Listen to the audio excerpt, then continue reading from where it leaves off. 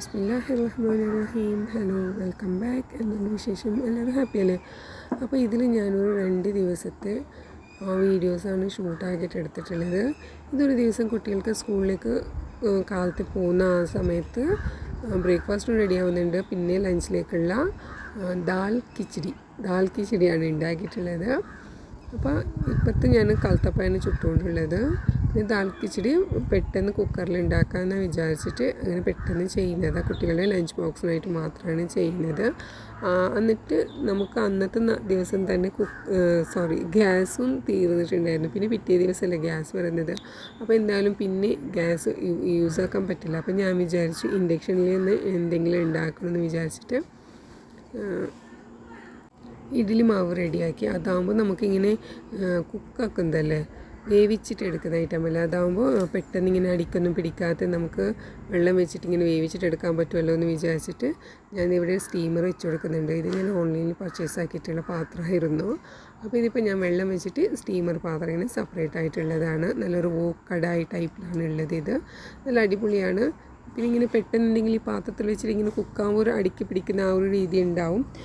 അല്ലാതെ ഇങ്ങനെ സ്റ്റീം ചെയ്യാനാണെങ്കിൽ എളുപ്പമാണ്. അപ്പോൾ ഞാനിത് ഇങ്ങനെ ഇഡ്ഡലി മാവൊക്കെ റെഡിയാക്കി വെച്ചിട്ടുണ്ട്. അപ്പോൾ സെപ്പറേറ്റ് ഒരു പിഞ്ഞാണത്തിൽ ഇങ്ങനെ നമുക്ക് നമ്മളിതിന് കിണ്ണെന്ന് പറയുന്നത്.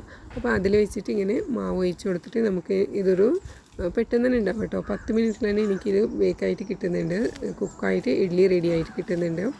പിന്നെ ഇനിയിപ്പോൾ ഇഡ്ഡലിക്കുള്ള സാമ്പാർ മുന്നേ ഞാൻ റെഡിയാക്കി വെച്ചിട്ടുണ്ടായിരുന്നു. അപ്പോൾ വേറെ സെപ്പറേറ്റ് ആയിട്ട് ഇനി ചമ്മന്തിയോ അങ്ങനത്തെ ഒന്നും ഉണ്ടാക്കണ്ടെന്ന് വിചാരിച്ചിട്ടുള്ളത്. അങ്ങനെ പിറ്റേ ദിവസം ഇഡ്ഡലിയും കാലത്ത് റെഡിയാക്കി. പിന്നെ ബാക്കിയുള്ള പാത്രങ്ങളൊക്കെ ഇങ്ങനെ കോരി മാറ്റാക്കുക, കഴുകിയെടുക്കുക, ക്ലീനാക്കുക, കിച്ചൺ ക്ലീനാക്കുക, അങ്ങനത്തെ പരിപാടികളൊക്കെ ചെയ്തിട്ട് ഇതിപ്പോൾ തീ ഓഫാക്കിയിട്ടുണ്ടായിരുന്നു. ഇത് നല്ലോണം തണുത്തിട്ടുണ്ടോ. ഇനി ഇതിൽ നിന്ന് സെപ്പറേറ്റ് ആക്കാനുള്ള പരിപാടികൾ. ഇത് പെട്ടെന്ന് തന്നെ ഇതിൽ നിന്ന് സെപ്പറേറ്റ് ആയിക്കോളും. പിന്നെ സ്റ്റീലിൻ്റെ പാത്രത്തിൽ ഇഡ്ഡലി അതിനൊരു സെപ്പറേറ്റ് ഒരു ടേസ്റ്റ് തന്നെ ഒരു വെറൈറ്റി ആയിട്ടോ. നല്ലൊരു നല്ലൊരു ജാലിദാറായിട്ടെന്ന് പറയുന്നില്ലേ, എനിക്ക് അതിനെ മലയാളത്തിൽ കൺവേർട്ട് ആക്കാൻ അറിയുന്നില്ല, അതുകൊണ്ട് ഞാൻ പറഞ്ഞതാണ്. എന്നിട്ട് ഇതൊക്കെ എടുത്ത് ഞാൻ ഹോട്ട് ബോക്സുകളിൽ വെച്ച് കൊടുക്കുക. ഇത് നല്ല മാവ് അടിപൊളിയായിട്ട് തന്നെ വന്നിട്ടിട്ടുണ്ട്. ഇതിൻ്റെ ഉള്ളൊക്കെ ഞാൻ നിങ്ങൾക്ക് കാട്ടാം എത്രത്തോളം സോഫ്റ്റ് ആയിട്ടുണ്ടെന്നും ഒരേ ഞാൻ കാണിച്ചു തരാം. ഇനിയിപ്പോൾ ഇത് നല്ലോണം തണുത്തതിനായിട്ടും ഇത് ഈ പാത്രത്തിൽ അടിയിലോട്ട് ഞാൻ ഓയിലൊന്നും തടവി എടുത്തിട്ടൊന്നുമില്ല കേട്ടോ. അങ്ങനെ തന്നെയാണ് എടുത്തിട്ടുള്ളത്. നല്ല ഒരു സോഫ്റ്റാണ്. ഇതിൻ്റെ ഉള്ളിലൊക്കെ നിങ്ങൾക്ക് കാണാൻ പറ്റും, നല്ലൊരു പഞ്ഞി പോലെ ഉണ്ട്. നല്ലൊരു പരത്തി ടൈപ്പിൽ തന്നെ ഇതിൻ്റെ ഉള്ളിലൊക്കെ ഉണ്ട് കേട്ടോ. അങ്ങനെ നല്ലൊരു തിന്നായിട്ടുള്ള ഇഡ്ഡലിയാണ് ഞാൻ ഇവിടെ റെഡിയാക്കി വെച്ച് കൊടുത്തിട്ടുണ്ട്.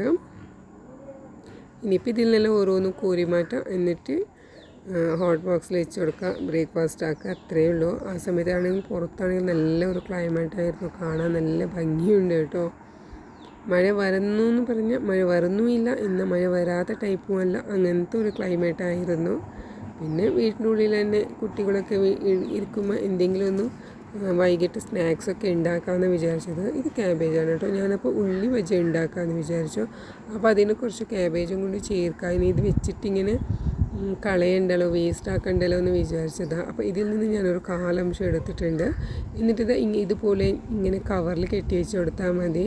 ഇപ്പം നമ്മുടെ കയ്യിൽ ക്ലീൻ റാപ്പ് ഇല്ലയെന്നുണ്ടെങ്കിൽ ഇങ്ങനത്തെ കവറിൽ വെച്ച് കൊടുത്താൽ ഇത് എന്തായാലും ഒരു 2-3 ആഴ്ചത്തോളം ഒന്നും പറ്റാതെ, ഒരു കേടും വരാതെ ഫ്രിഡ്ജിൽ അങ്ങനെ തന്നെ സൂക്ഷിക്കാൻ പറ്റും കേട്ടോ.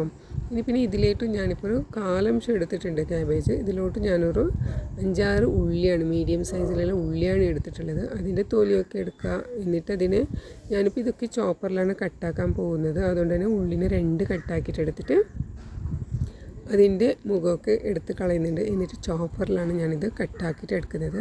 അപ്പോൾ ഇത് പെട്ടെന്ന് തന്നെ എനിക്ക് കട്ടായിട്ട് കിട്ടുന്നുണ്ട്. അപ്പോൾ ചോപ്പർ ഉണ്ടെങ്കിൽ നമുക്ക് നല്ലൊരു ഈസിയാണ് കേട്ടോ. ഇത് മിക്സി മേടിക്കുമ്പോൾ ഇത് മിക്സിയിൽ തന്നെ ഉള്ള ഒരു ചോപ്പറും കൂടി ആയിട്ടുള്ളത് കൊണ്ടാണ് ഞാൻ മേടിച്ചിട്ടുള്ളത്. അപ്പോൾ എനിക്ക് മുറിക്കുന്നതെന്ന് പറയുന്നത് ഭയങ്കര ഒരു വിഷമമുള്ള സംഭവമാണ്. അപ്പോൾ ഇത് എനിക്ക് നല്ലൊരു ഹെൽപ്ഫുള്ളായിട്ടും കിട്ടുന്നുണ്ട്. അങ്ങനെ ഇതാ ഒരു മിനിറ്റിൽ തന്നെ എൻ്റെ ഇത്രയും ക്യാബേജും ഇത്രയും ഉള്ളി നല്ലതുപോലെ തന്നെ സ്ലൈസായിട്ട് തന്നെ കിട്ടിയിട്ടുണ്ട്. ഉള്ളി പച്ചക്കൊക്കെ ഇത് നല്ലൊരു ഹെൽപ്ഫുള്ളാണ് കേട്ടോ ഈ ചോപ്പർ. ഇനി ബാക്കിയുള്ളതൊക്കെ ഞാൻ കയ്യിലാണ് മുറിച്ചെടുത്തിട്ടുള്ളത്. എന്നിട്ട് ഇതിലേക്ക് ചേർക്കാനായിട്ട് കുറച്ച് മസാലകൾ ആഡ് ആക്കുന്നുണ്ട്. ആവശ്യത്തിനുള്ള ഉപ്പിട്ട് കൊടുക്കുന്നുണ്ട്. കുറച്ച് ചില്ലി ഫ്ലേക്സ് ആഡ് ആക്കുന്നുണ്ട്.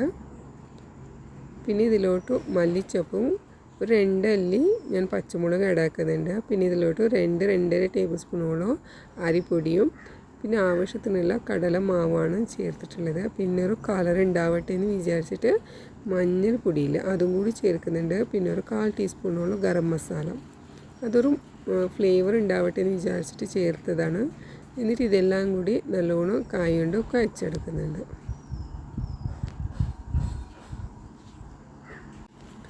എന്നിട്ട് ഇത് ഓയിൽ ചൂടാവാൻ വരെ വെച്ച് കൊടുത്തിട്ടുണ്ട്. ഇനി ഇത് നല്ലോണം കൈ കൊണ്ട് മുറിച്ചെടുക്കുക. കുട്ടികളാണെങ്കിൽ സ്കൂളിൽ നിന്ന് വന്നിട്ടുണ്ട്. പിന്നെ എന്താ കിച്ചണിലുള്ള എന്നിട്ട് പരത്തി തേടിയെടുത്ത് കഴിക്കാനാ പരിപാടികൾ അവരത്. ഞാനാണെങ്കിലും ഇങ്ങനെ ഇത് ഉള്ളിയൊക്കെ ചുട്ടെടുത്തുകൊണ്ടിരിക്കുക. ഇത് ചുട്ടെടുത്തുകൊണ്ടിരിക്കുമ്പോൾ തന്നെ ഇത് കാലിയാവുകയും ചെയ്യുന്നുണ്ട്. ചൂടോടെ കഴിക്കാനല്ലോ ഇങ്ങനത്തെ ഉള്ളിവടയൊക്കെ ഇഷ്ടം. അങ്ങനെ ഇത് ഉള്ളിവടയൊക്കെ പൊരിച്ചെടുത്തിട്ടുണ്ട്. എല്ലാം മൊത്തത്തിലങ്ങ് കഴിഞ്ഞിട്ടില്ല. പിന്നെ ഇതാ ബാക്കിയുള്ളവരൊക്കെ ഇവിടെ മദ്രസ പോകുന്ന നേരത്താണെങ്കിലും കുട്ടികൾ വന്നിട്ടുള്ള ഒരു പരിപാടികളാണിതൊക്കെ. എന്നിട്ടിതാ മദ്രസ് വൈകിട്ടുള്ള കുട്ടികൾക്കാണെങ്കിലും വൈകിട്ട് പോകുന്നവരൊക്കെ ഇങ്ങനെ റെഡിയായി പോയിക്കൊണ്ടിരിക്കുക. പിന്നെ അവർ കഴിച്ചുകൊണ്ടുള്ളത് പോലെ തന്നെ ഞാൻ ഇപ്പുറത്തോട്ട് ഉള്ളിയാണെങ്കിൽ ചുട്ടുകൊണ്ടിരിക്കുന്നുണ്ട്. വട അത് ചുട്ടുകൊണ്ടിരിക്കുക. ഇപ്പോൾ ഏകദേശം തീരാറായിട്ടുണ്ട്.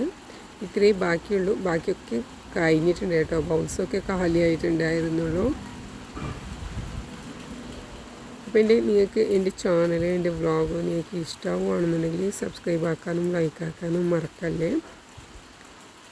പിന്നെ രാത്രിക്കാണ് കേട്ടോ, രാത്രി പിസ്സ ഉണ്ടാക്കാമെന്ന് വിചാരിച്ചിട്ട് അങ്ങനെ പിസ്സ ഉണ്ടാക്കിയതാണ്. ഇതിൻ്റെ ഡീറ്റെയിൽ വ്ളോഗൊന്നും എടുത്തിട്ടില്ല. ഇതിപ്പോൾ ഞാൻ ഒരു വ്ളോഗായിട്ടാണ് അപ്ലോഡ് ആക്കാൻ പോകുന്നത്. അതുകൊണ്ടാണ് ഇതിൻ്റെ ഡീറ്റെയിൽഡായിട്ടൊന്നും ഞാൻ എടുത്തിട്ടില്ല. അപ്പോൾ നല്ല അടിപൊളിയായിട്ടുള്ളൊരു പിസ്സയും ഇവിടെ റെഡി ആയിട്ടുണ്ട്. വീട്ടിലാണെങ്കിൽ കുട്ടികൾ കുറച്ച് അധികം ഉണ്ടെങ്കിൽ കുറച്ച് ഗസ്റ്റൊക്കെ ഉണ്ടായിരുന്നു. അതുകൊണ്ട് ഇങ്ങനത്തെ പരിപാടികളൊക്കെ ചെയ്തതാണ്. എന്തായാലും ഞാനിവിടെ വൈൻഡ് അപ്പ് ആക്കുന്നുണ്ട്. നിങ്ങൾക്ക് എൻ്റെ വീഡിയോസും എൻ്റെ കുക്കിങ്സും നിങ്ങൾക്ക് ഇഷ്ടമാവുകയാണെന്നുണ്ടെങ്കിൽ ഒന്ന് ലൈക്ക് ആക്കുക, ഷെയർ ആക്കുക, സബ്സ്ക്രൈബ് കൂടി ആക്കുക. അപ്പോൾ എൻ്റെ വിശേഷങ്ങൾ ഇത്രയും ഉണ്ടായിരുന്നുള്ളൂ. ഞാൻ എന്തായാലും വൈൻഡ് അപ്പ് ആക്കാം. Thank you. Take care. By.